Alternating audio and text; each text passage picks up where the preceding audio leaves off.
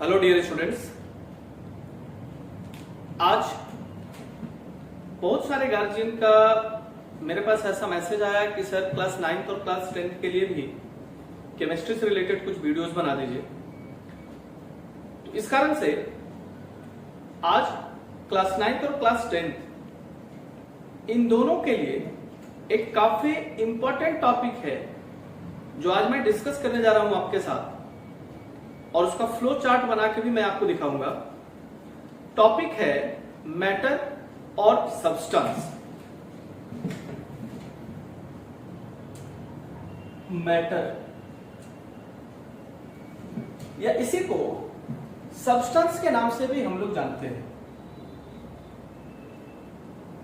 Substance, matter, any substance which have a mass, which occupy a space, which have a shape, and which can be felt by our senses is known as matter. वो सारे के सारे substance जो हम अपने आसपास देखते हैं, जिनमें कुछ मास होता है, जो स्पेस ऑक्यूपाई करते हैं, जिनको हम लोग छू के, देख के, चख के, टेस्ट करके फील कर सकते हैं, उनको मैटर्स कहा जाता है। अपने आसपास ऐसे ढेरों हम लोग सामान देखते हैं, ढेरों ऐसे वस्तुएं देखते हैं। अब मेन जो टॉपिक्स है, मेन जो मुद्दा है कि जो हम अपने आसपास, अपने सराउंडिंग में जिन सब्सटेंस को देख रहे हैं, उसका क्लासिफिकेशन कैसे करें। तो किसी भी सब्सटेंस के क्लासिफिकेशन का दो क्राइटेरिया होता है। पहला होता है उनकी फिजिकल अपीयरेंस और दूसरी होती है उसकी chemical appearance. So the matter is also classified on this two basis.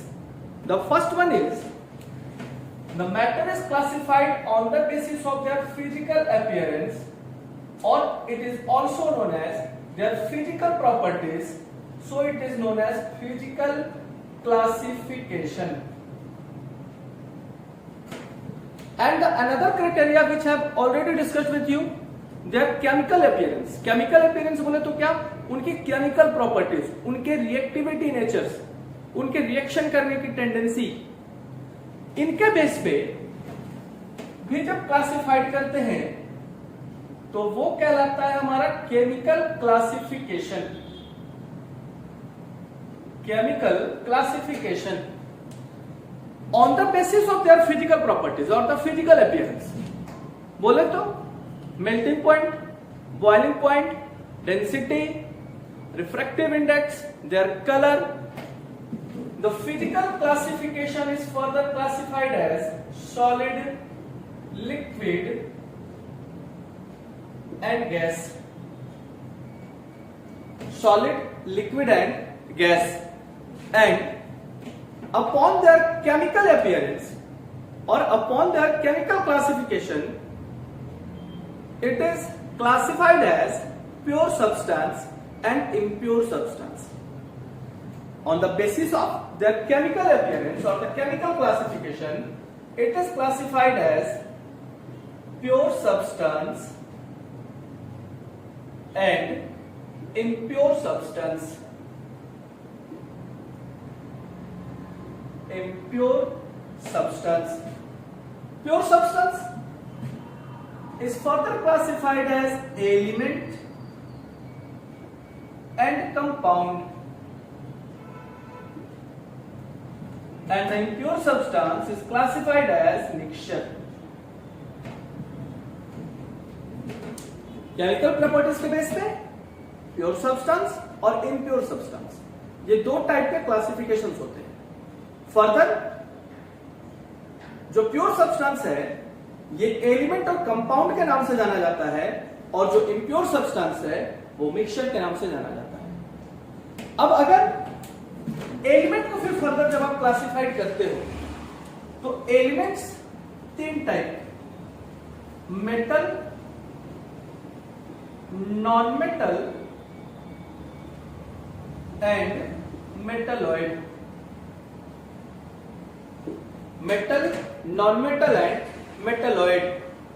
और ये जो कंपाउंड्स हैं ये भी दो टाइप्स के होते हैं। एक को कहा जाता है ऑर्गेनिक कंपाउंड और दूसरा होता है inorganic compound. Organic compound and inorganic compound, and the mixture is also classified as homogeneous mixture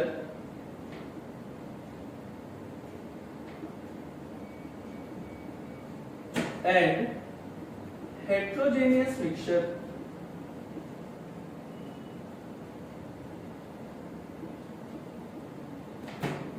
homogeneous mixture and heterogeneous mixture.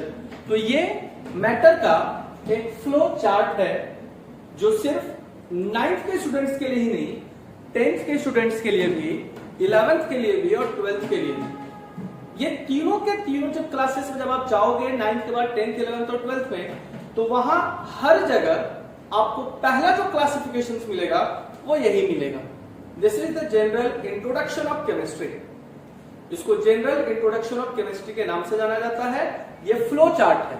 आप अगर इस फ्लो चार्ट को आप याद रख लेते हो तो आप ये समझो कि आपने केमिस्ट्री में प्रवेश ले लिया.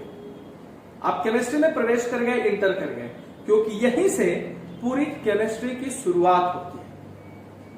अब अगर क्लास 9th की मैं बात करूं तो क्लास 9th के स्टार्टिंग के जो 2 चैप्टर्स हैं, matter in our surrounding and is matter pure, ये तो 2 जो चैप्टर्स आपके पास हैं वो इसी पे है. ये जो पहला जो क्लासिफिकेशन हम लोगों ने पढ़ा, ये आपका जो फर्स्ट चैप्टर है, मैटर इन आवर सराउंडिंग, ये क्लास 9th का पहला चैप्टर आपको पढ़ना है, मैटर इन आवर सराउंडिंग. और ये जो सेकंड चैप्टर आपको पढ़ना है वो ये पूरा का पूरा पोर्शन आपको पढ़ाएगा कि is matter around us pure. ये जो सेकंड चैप्टर आपका है क्लास 9th का, वो is matter around us pure, ये इस केमिकल क्लासिफिकेशन के बेस पे पढ़ाया गया है. और इस फिजिकल क्लासिफिकेशन के बेस पे जो पढ़ाया गया है वो है आपका सॉलिड, लिक्विड एंड गैस. तो ये एक जनरल इंट्रोडक्शन है खासकर क्लास 9th के स्टूडेंट्स के लिए कि हम लोग जो 2 चैप्टर्स जो पढ़ते हैं, जो रीड करते हैं, आप जो 2 चैप्टर्स पढ़ते हैं वो 2 चैप्टर्स आपके इसी क्लासिफिकेशंस पे हैं. तो मैटर को अक्सर जब मैं ये देखता हूं, जब मैं पूछता हूं बच्चों से, जूनियर्स जो स्टूडेंट्स होते हैं कि भाई मैटर किसे कहते हैं बताओ, तो वो मैटर का डिफिनेशन तो सही बताते हैं. फिर मैं पूछता हूं कि मैटर कितने टाइप के होते हैं, तो वो कहते हैं सर मैटर 3 टाइप का होता है, एक को सॉलिड कहते हैं, एक को लिक्विड कहते हैं, एक को गैस कहते हैं. मैक्सिमम बच्चों को ये पता ही नहीं है कि मैटर का जो क्लासिफिकेशन होता है वो क्लासिफिकेशन उनके फिजिकल अपीयरेंस और केमिकल अपीयरेंस, इन दोनों के बेस पे किया जाता है. तो आई थिंक क्लास 9th के स्टूडेंट्स और क्लास 10th के स्टूडेंट्स जो ये वीडियो देख रहे हैं, जो वीडियो ये देखेंगे, ये फ्लो चार्ट याद रख लीजिएगा. आज के बाद कभी भी अगर कोई आपसे पूछे कि मैटर्स क्या होते हैं, मैटर्स का क्लासिफिकेशन क्या होता है, then your answer will be the matter is classified on their physical appearance and chemical appearance. और उसके बाद ये सारा का सारा आप उनको एक्सप्लेन कर दोगे. तो स्टूडेंट्स, मेरे नेक्स्ट वीडियो में मैं आपको मैटर इन आवर सराउंडिंग्स, इस चैप्टर के बारे में मैं डिस्कस करूंगा उस वीडियो लेक्चर में. आई थिंक ये आपको समझ में आ गया होगा और ये आपके लिए हेल्पफुल होने जा रहा है.